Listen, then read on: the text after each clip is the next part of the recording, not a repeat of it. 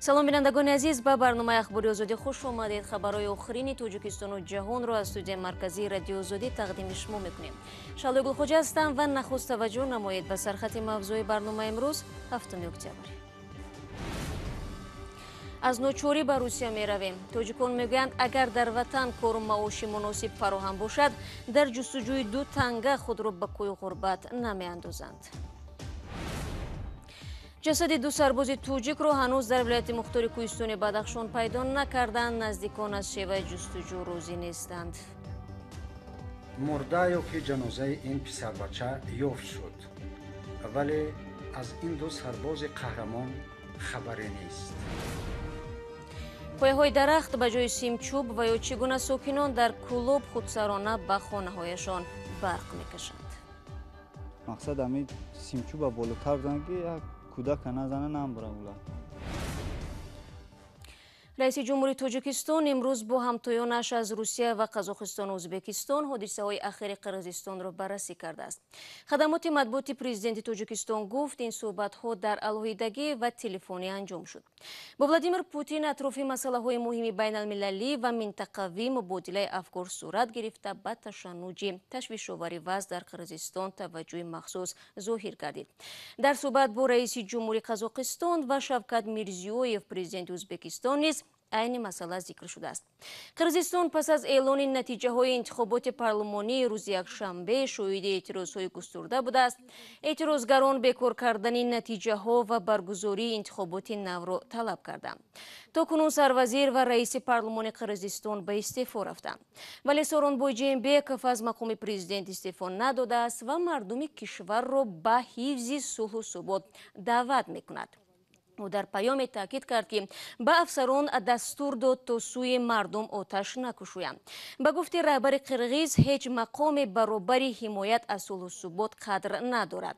мелис Мирзо Аҳматов, собиқ шаҳрдори Ош, ки баъди 6 соли зиндагӣ дар табъиз ба ватан баргашт, рӯзи 7 октябр дар назди тарафдоронаш дар маркази Ош гуфт, ки вазъият дар кишвар бисёр хатарнок аст. ӯ мардумро ба ваҳдати милливу ҷилавгирӣ аз ҷанги дохилӣ даъват кард. сарнавишти парвозҳои доимӣ аз Русия ба Тоҷикистон ҳамоно аз пурсишҳои асосии бинандагони радиои озодӣ дар чанд моҳи охир боқӣ мемонад. дар баробари онҳое, ки мунтазири бозгашт ба ватан ҳастанд, теъдоди дигаре, ки дар Тоҷикистон қарор доранд, дигар бора дар фикри рафтан ба муҳоҷирати корӣ шуданд.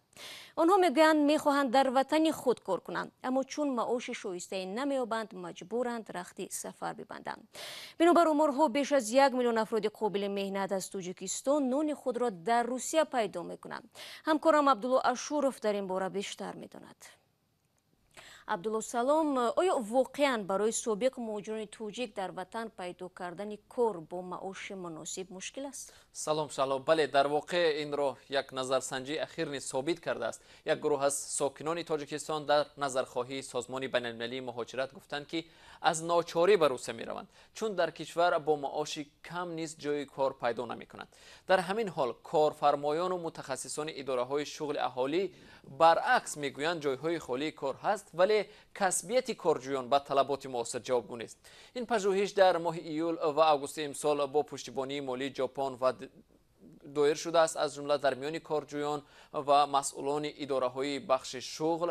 ба ибораи дигар, хулосаи содаи ин назарсанҷӣ ин аст, ки аксарият гуфтанд намехоҳанд ба муҳоҷират рафта ғарибу сарсон шаванд, балки моил ба кор дар зодгоҳи худ ҳастанд. аммо дар Тоҷикистон барои аксарият ҷои кор нест ва ё агар ҳам ҳаст, маоше ки ба кормандон пардохт мешавад, онҳоро қонеъ намекунад. ин аст ки як қисми бузург ва ё сеяки афроди қобили меҳнат аз Тоҷикистон ба муҳоҷирати корӣ мераванд. аммо як нуктаи тозае, ки тадқиқот ошкор кардааст, ин аст, ки беш аз 50% пурсидашудаҳо гуфтанд омодаанд бо маоши кам дар кишвар кор кунанд. ба азоби муҳоҷирати меҳнатӣ ва поймол шудани ҳуқуқашон ҳам ишора карданд. бар илова гуфтанд, дар шароити пандемия пайдо кардани ҷои кор дар Русия хеле мушкил шудааст. Абдулло, чун дар бораи шароити кор дар Русия гуфтем, имрӯзҳо даҳо зангу дархост мегирем, масалан худат ҳам, ки муҳоҷирон мепурсанд кай роҳҳо боз мешавад то ба ватан баргарданд.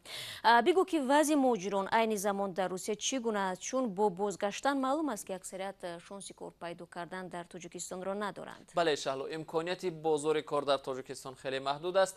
در روسیه نیز کار و زندگی مهاجران آسان است، اما حالا به فرق از فصل بهار که با خروج کرونا ویروس در روسیه از جمله مسکو کرانتین شدید جاری شده بود، وضعیت فرق میکند. با وجود افزایش سرایتیابی به کرونا ویروس، کرانتین جاری نشده است و اکثریت کارخانه ها خصوصا کار ساختمان ادامه دارد. اگر قسمی از مهاجران کار میجویند، قسم دیگر هم از بودن جایهای کاری خالی خبر میدهند. امروزها برای مثال چندین پیام به این عنوان دریافت میکنیم که مهاجران از گوشه‌های گوناگون روسیه از جایهای خالی کار خبر میدهند. پروازهای منتظم میان شهرهای روسیه و تاجیکستان هنوز بسته باقی میماند، اما پروازهای چارتری ادامه دارند. روسیه اخیراً برای آغاز پروازهای منتظم به 24 کشور از جمله همسایه کشورهای تاجیکستان، ازبکستان و قرقیزستان اجازت داد، اما در این میان نام تاجیکستان نیست و جانبها در این زمینه هنوز به موافقه نرسیدند.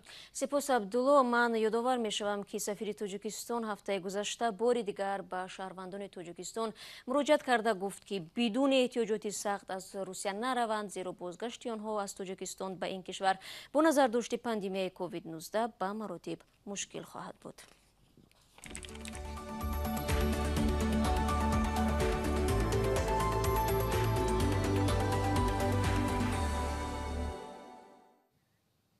بینندگان عزیز، رادیو آزادی فردا صحبت دیر انتظاری رهبران دو گروه مخالف دولت تاجیکستان دودوجان عطاءالله و محیدین کبیری را تقدیم میکند. رهبر گروه وطندار و رهبر پیمان ملی درباره انتخابات آینده پرزیدنتی در تاجیکستان و بخصوص متحد نبودن مخالفان و جنجال های بین همدیگری آنها صحبت میکنند.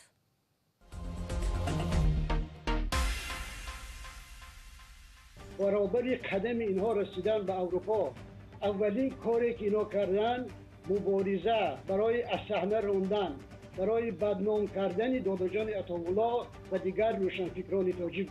این اروپا چراگاه یگان نفر نیست، نه از ما نه از کسی دیگر، که اگر یک نفر پیشتر آمد یا بعدتر آمد و هر کسی که بعد آمد یا که میدان او را تنگ کرده باشد. با وجود این همه اختلافات و عیب گذاری‌ها، آیا می شود که شماها روزی فرا می رسد که به آغوش هم بیایید و به استقبال هم بیایید و دست فشوری کنید؟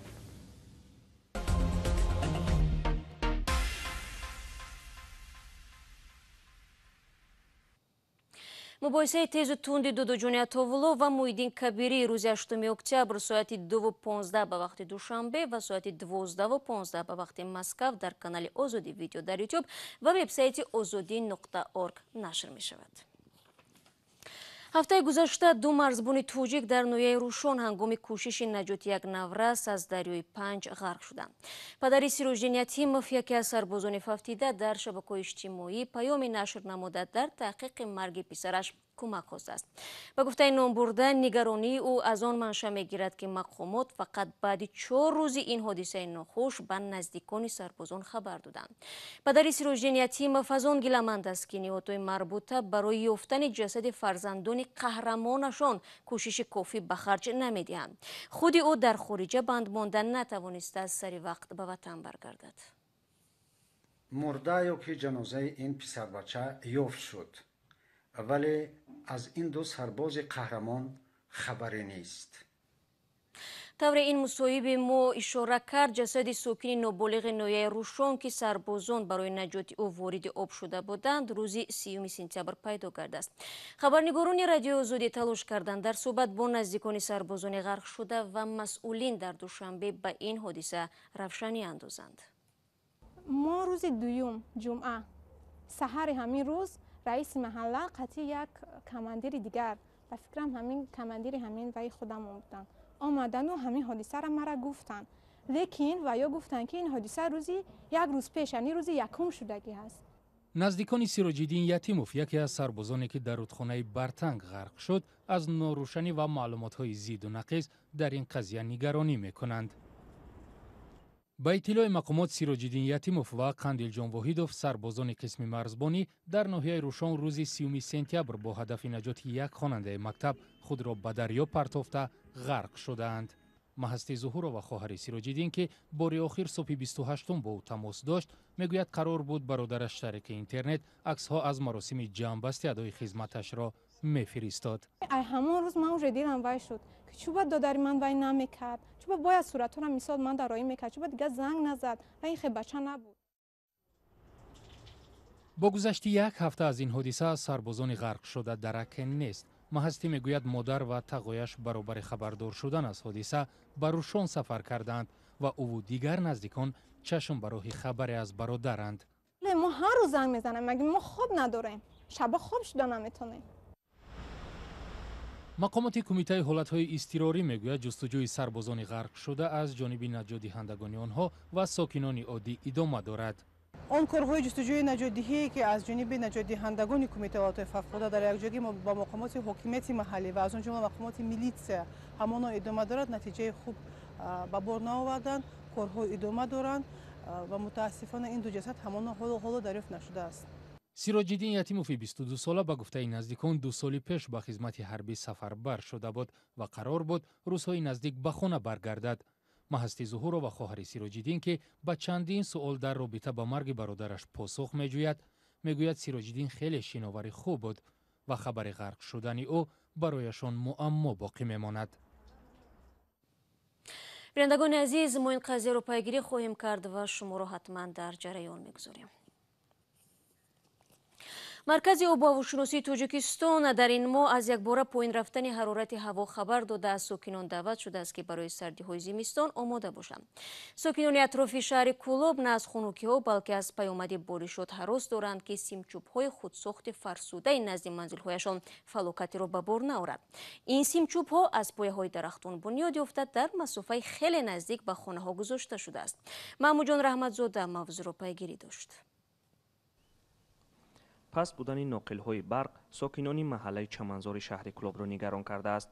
این ناقل‌ها را خود ساکنان کشیده اند، اما میگویند از نبود شرایط زورشون به سمچوب‌های بلند نمیرسد. آدمای شرایط ندارن، قینه نمیره. یک چیرا استراپیلا میپرسی 120 130 سامانت میگه.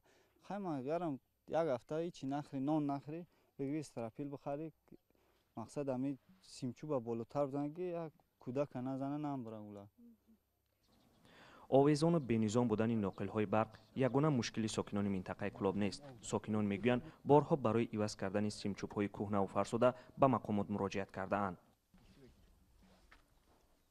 منزل منوره بای و چند سال باز به برق بود. مراجعت‌هایش برای نصب سمچوب به نتیجه.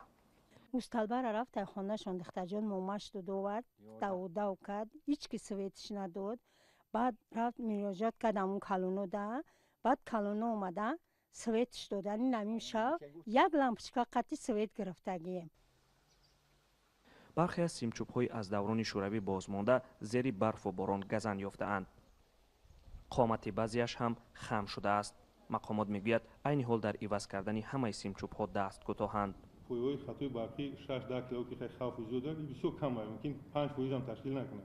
همه مشکلی پایه‌های خطای برقی 0.4 کیلووات این خفای کوچه‌ها و خفای خانواده هستند. اساساً همین که همون سال‌های 70 عوض شدگی نیستن اکثریت.